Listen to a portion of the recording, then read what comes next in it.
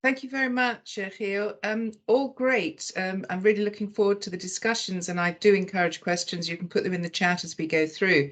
But when you stopped presenting, you took away my ability to share a screen. So I can't. I don't know if you can undo whatever you did.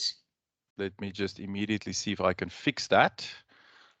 Otherwise, I should just share from my side. Either solution is fine. Okay, let me just quickly pull it up. I think that's going to be the easiest before I try and figure out what I've done now again on Teams. One would think that after 2 years, we would all know how to do this, and then things like this still happen. Okay, there we go. Never mind. Thank you. Thank you very much.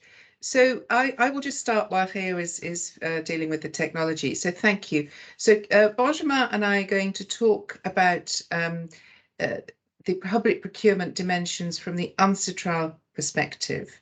And so I'm going to start, if we could go down to the next slide, please, Gio, about what UNCITRAL does and why it does it, and why it's relevant for you in South Africa and generally in Africa overall. So what UNCITRAL does is it has a mandate to harmonise and modernise the law of international trade. And I'm just going to pause there for a moment, because you may be thinking, oh, well, that's what the World Trade Organization does, doesn't it? It looks at the law of international trade. And we don't deal with state-to-state relationships. So if you've got a problem about dumping, or you've got a problem about subsidies or anything along those lines, or tariffs, that's not us. We look at international trade law from the business-to-business perspective. It's about commercial relationships. And obviously, procurement is commercial relationships through the business to government perspective, or even government to business perspective. And that obviously falls within what we do.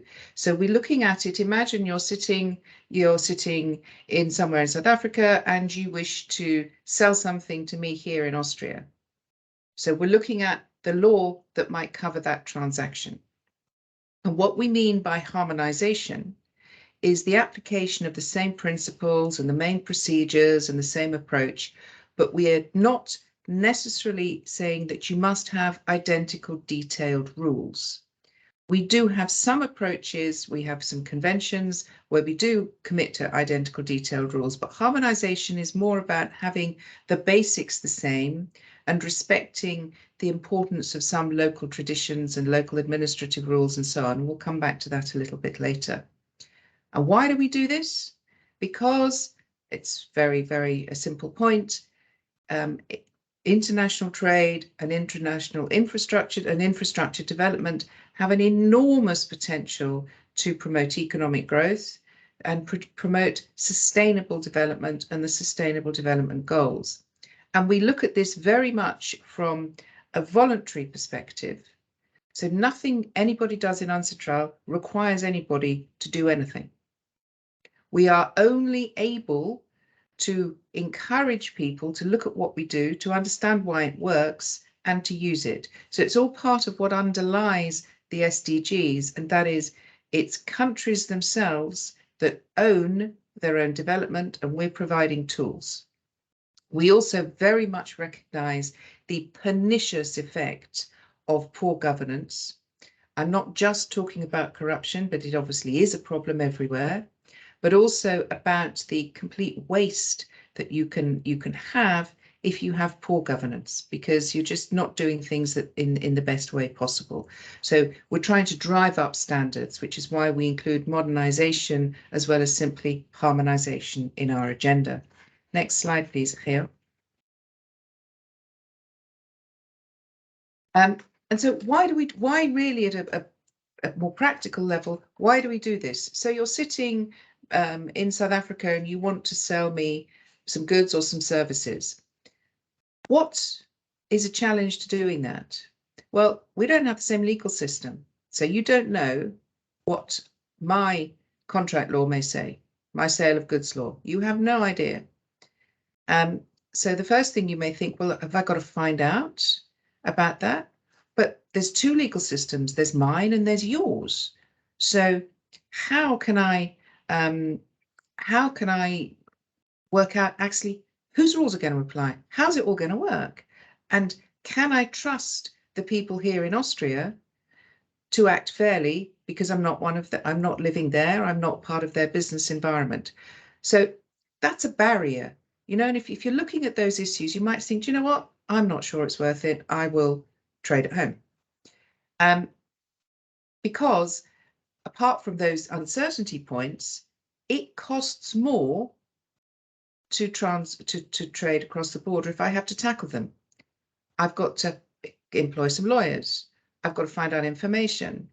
I may have to travel there. There's a time burden. And particularly if I'm a small business, I don't have a legal department and I don't have colleagues whose sole role it is to find out about these things.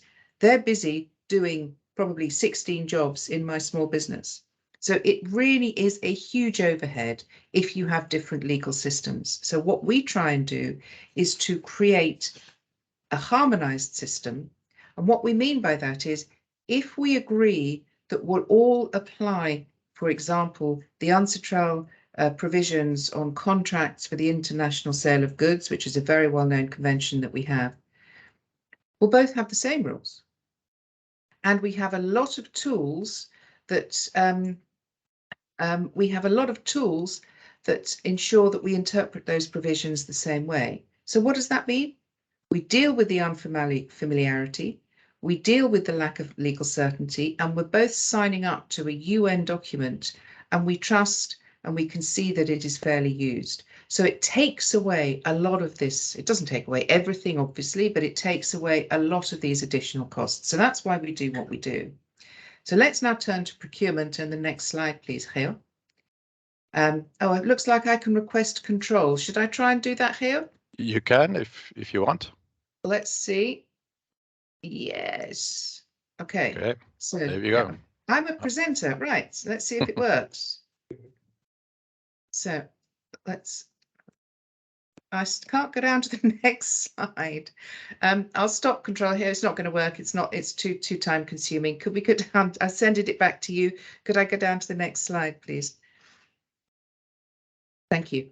So why is this important in the procurement and the PPP's context? Well, let's start with some numbers. You can see them at the top here. It's a massive market. Here I've got a figure of 14 trillion US dollars, but frankly, once you're up at that level, the precise numbers don't matter. We can see it's a huge amount spent from what the World Bank tells us, one in every $6 or $7. And that might be 20% of your GDP, it might be 50% of your government expenditure. So the market matters. From a more substantive perspective, infrastructure development, which is the bigger end of procurement and PPPs, is vital to allow for development, sustainable development. And it's been said recently that financing infrastructure is enormously important, as you can see from the African Development Bank president. And why do governments need to do all of this? Well, governments' roles is to deliver services to their citizens. So they build the hospitals, they pay for the training of the doctors, they build the ambulances, the roads that go to the hospitals, all of those things, education, the really, really important things that will change people's lives. That's a government responsibility. And one of the things that we notice, and we're sitting in the EU, there is very little cross-border procurement. Why do we care about that? Well, we care because as a sort of simple economic perspective, better competition gives better potential value for money and better outcomes. Now, remember I said a minute ago that UNCITRAL is very respectful of national policies. And so we recognize that states may choose how much of their procurement market to open up to cross-border procurement, but we're giving a tool that allows you to do that because we recognize the economic benefits and therefore the development benefits of doing this. Here, there's a question in the chat, so I can't see what it is. Do you want me to answer it now or should we take it later? I think let's complete the presentation and then we can come back to the questions. Okay, good. Okay, so procurement and PPPs matter. And because the amounts and the subject matter are so important, getting it wrong is a huge problem and getting it right has a huge potential good. So that's why it matters. Why does it matter in Africa? Because you are growing enormously. You are promoting a huge amount of people out of poverty. You're moving in the development sphere. And so it's a critical question for you guys. And you have a lot to gain and also a lot to lose. So let's go down to the next slide, please, and just look at UNCITRAL's role in all of this. So we have the UNCITRAL Model Law on Public Procurement. It was issued in 2011, and it's accompanied by what we call a guide to enactment. And I'm going to talk about what that means in a moment. So it's a model law. It means it's a model, it's a template. You can use it for your national procurement legislation. Now, South Africa hasn't based its law on the UNCITRAL model. A lot of other countries in Africa have. But you will find quite a lot of what's in there is in fact reflected in your national law, though it's expressed in a slightly different way. And why is that? That's because the same challenges face us all. And one of the things about harmonization, remember I said we want identical outcomes, and promoting the same outcomes, we don't necessarily need the same identical rules.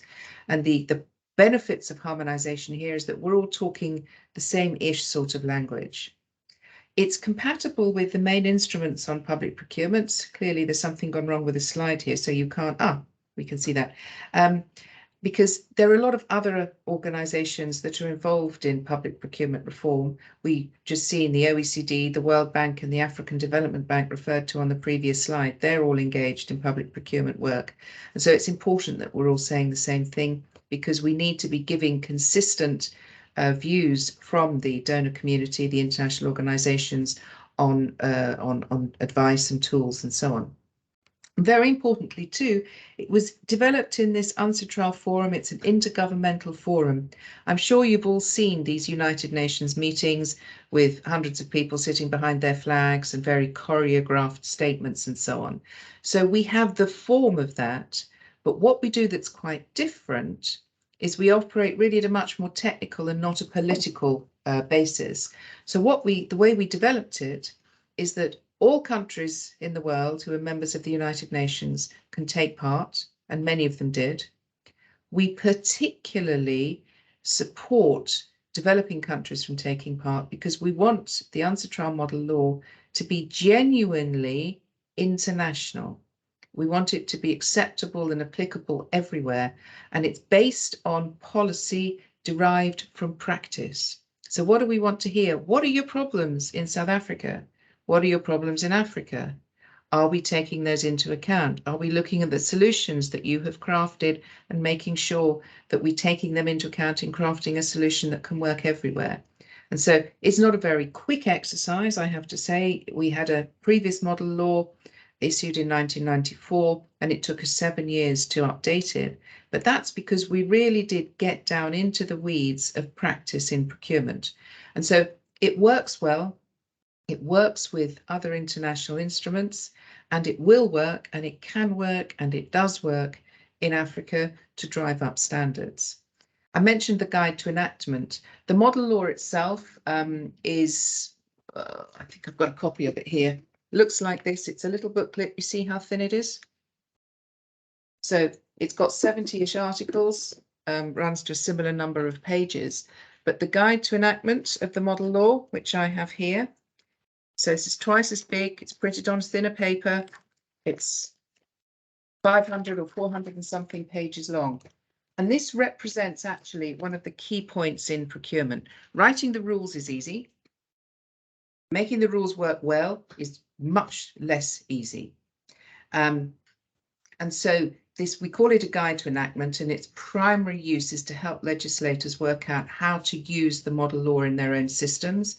But it goes a lot further than that in talking about what additional rules you need, how to have a public procurement agency, how to set up these institutions, how to have a review body that can look at things that go wrong. So it's a very important supplement to the UNCITRAL model, and we issued that a year later. It's not that we wrote it in a year, we put the two things together. So that's a little bit of introduction to the UNCITRAL model law. For those of you who know about procurement, which I suspect is most of you here, we'll look very briefly in a moment at what it says, but it has the usual sorts of things that you would expect in there, based on the needs of a national system. So let's go down to the next slide, please, Geo. So there is a good basis for harmonisation in procurement. As I said, the UNCITRAL model works with all sorts of other international texts, starting with the United Nations Convention Against Corruption. And I've put on the slide and thank you, Benjamin, he's put a reference in the chat so you can find these things online. It sets out that countries should have, in order to comply with their obligations under the UN Convention Against Corruption, they have to have appropriate systems of procurement based on these three characteristics: transparency, competition, and objective criteria in decision making. Those, for you who know procurement, those are what run through every procurement system. So again, the United Nations in this anti-corruption field looked at practice and well-established and well-operating principles, and that's what it based its rules on. And it notes that they are effective, inter alia, posh way of saying among other things, in preventing corruption, because those are also the tools that will get you what you need and get you good value for money in doing it. And so all international texts on public procurement focus on these areas, including the UNCITRAL model. So why have we got so many? And this is something goes right back to the key of what we're doing. Why don't we have a single text international instrument on public procurement? In all of these texts, the differences are less in procedures and more in scope, maybe their objectives and their details. So, for example, the World Trade Organization and Pan-African free trade agreements, their primary objective is to open up trade between those countries. They're not so focused on what do national systems need for their procurement. The European Union focuses on creating a single market in procurement, not on the needs of the individual national countries. The World Bank and all the other IFIs, when they're making loans for procurement, they need to make sure that they get their money back. Otherwise, they go bust soon. So they have different objectives. And so their focus is slightly different. So you can't have identical rules that suit all those situations perfectly, which goes back to the concept of harmonization. Can we make sure that the procedures are similar as they can to reduce this sort of overhead of different rules? And so the UNCITRAL model law focuses and starts from the needs of a national system and then builds in the compatibility with these other texts on the top. And that's so important because the national system is what delivers the infrastructure, the projects, and everything else. Now, we're not going to go into the precise details. I'm happy to take questions on that. But what that means is we start with a principle of fully open competition, with everything being disclosed in advance, and that everybody is treated the same, and all of those rules that you would expect. And we also include, obviously, a mechanism for reviewing when things go wrong. And so because of this, there is a good basis for harmonization, but we need to do two things. First, to cooperate and share experience like we're doing this morning. And second, to make sure that we don't apply differences where we don't need to. And so that's really how harmonization can work, where you might say, for example, well, traditionally we've done it this way, but actually we can see it's not really any different. It doesn't make any difference to us to change this slightly, and we'll use the more traditional international language. And that is a good basis for harmonization. That's how we move forward. So let's go down to the next slide.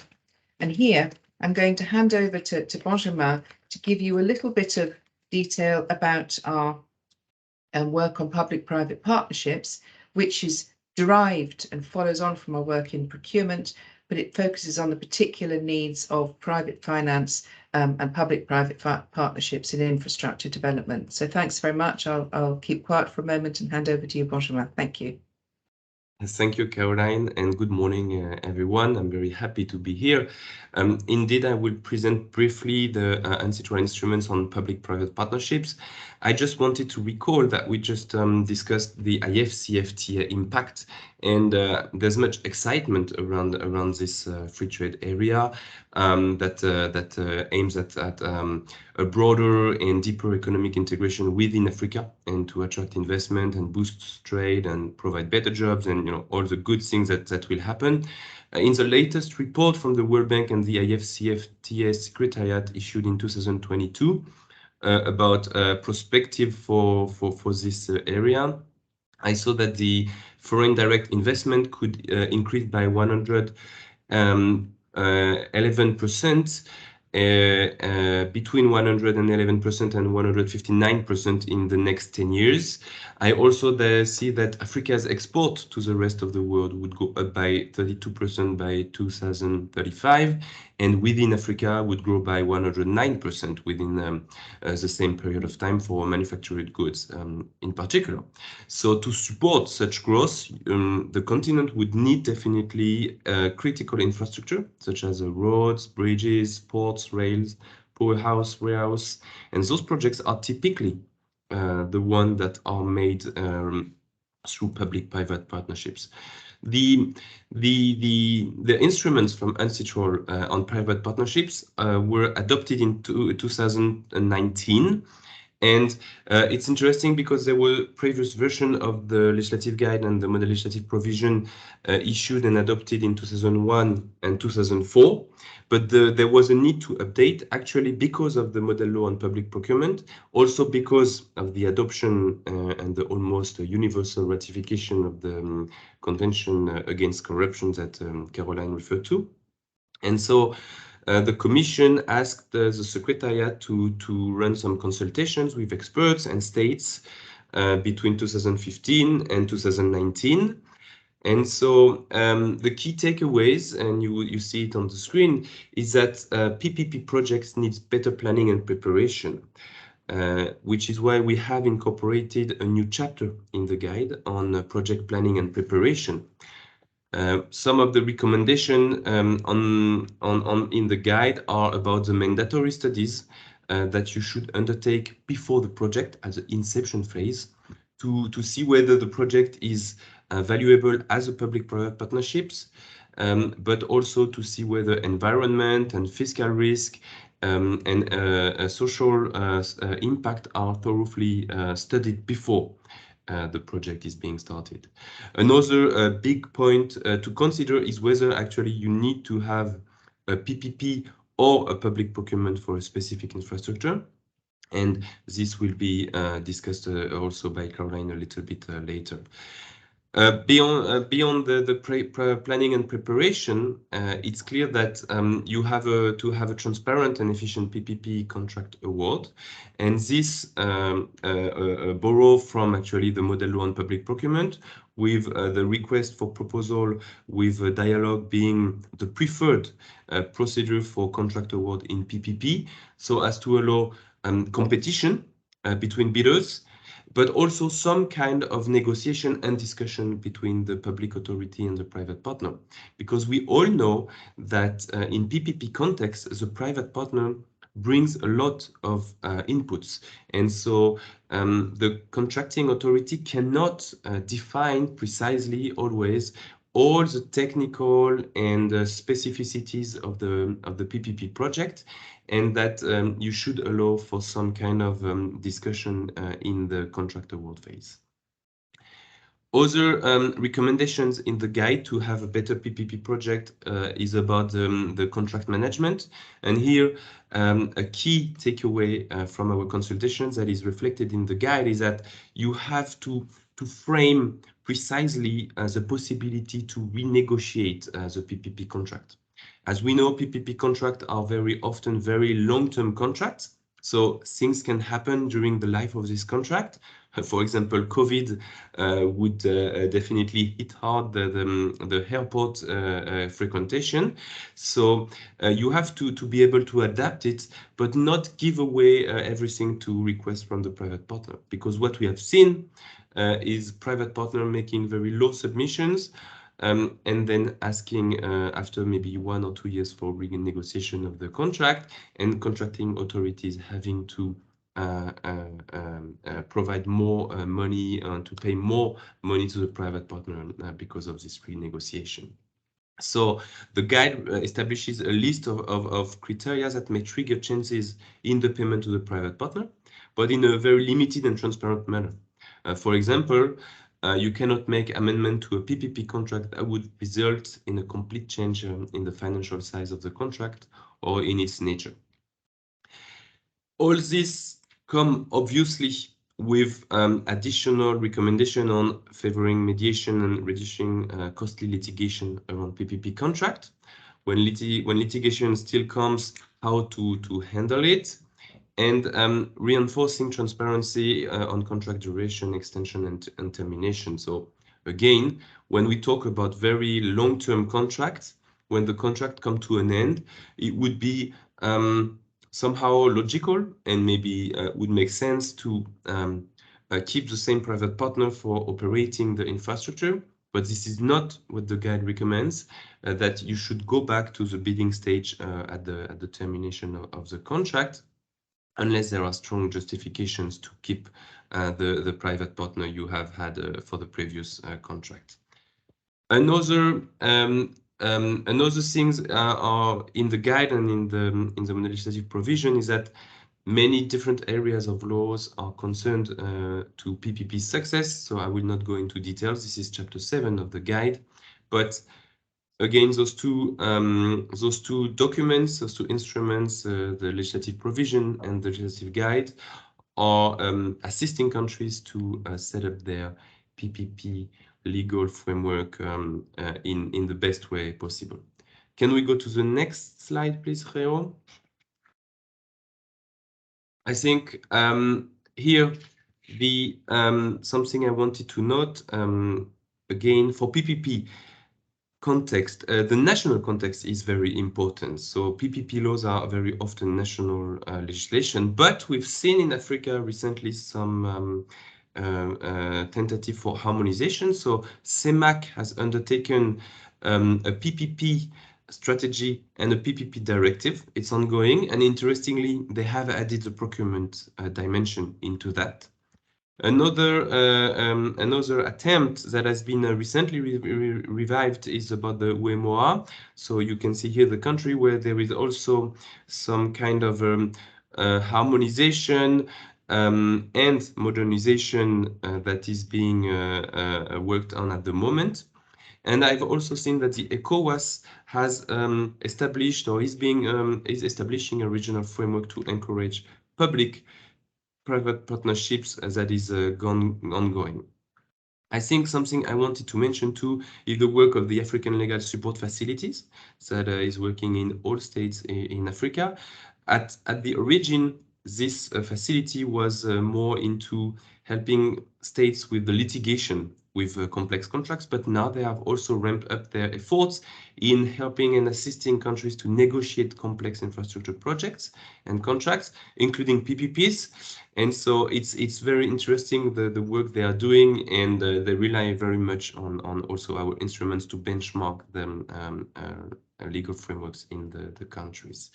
I see some questions that I will address later, but thanks very much. Over to you, Caroline. Thank you, Benjamin. And I think that's really important to note that there are steps going on. I know, as Gil quite rightly pointed out, there is not with PPPs and procurement not included under the AfCFTA, but there are attempts to harmonise, and this because everybody recognises what we're trying to do, as we explained at the beginning. So if we could just go down to the last slide, one of the things that we wanted to highlight is that many systems have rules on PPPs and rules on public procurement. And here we need to think about harmonisation in the national sense. because often you'll have a private sector approach to PPPs and a public sector approach to procurement, including in the development banks. And we need to be very clear that you don't have that sort of challenging overhead that we talked about at the beginning. Oh, which rules have we got to use and how do we go between them? And do we know how we start and how do we plan and all this sort of thing? And so we need to be mindful that harmonisation and sort of good rules that work well together goes at the national level as well as cross borders. And because PPPs involve a fiscal commitment that's quite different from under a traditional procurement, you do need a good justification, and you need to avoid, for example, having a different quality of rules for your PPP networks. People say, well, actually, I can avoid all sorts of procedures if I call it a PPP. You really need to harmonise in your national system. And clearly, it is the international investors who will be interested in larger contracts, the PPP style infrastructures and so on. And because PPPs generally involve, as Benjamin pointed out, long-term provision of services, you need to make sure it's not just about the construction that is transparent, but everything that goes through. How do you need to provide services and how will you be paid and so forth? So I just wanted to finish with that, just to say harmonisation is a very big question at the national as well as the international level. And so if you just go down to the next slide here, and this is the end from us. So would there be benefits in including public procurement and the regimes under or in the AfCFTA? And we're going to be looking at that. And I think, as you said, Geo, we're going to start by looking at how little public procurement features in regional trade agreements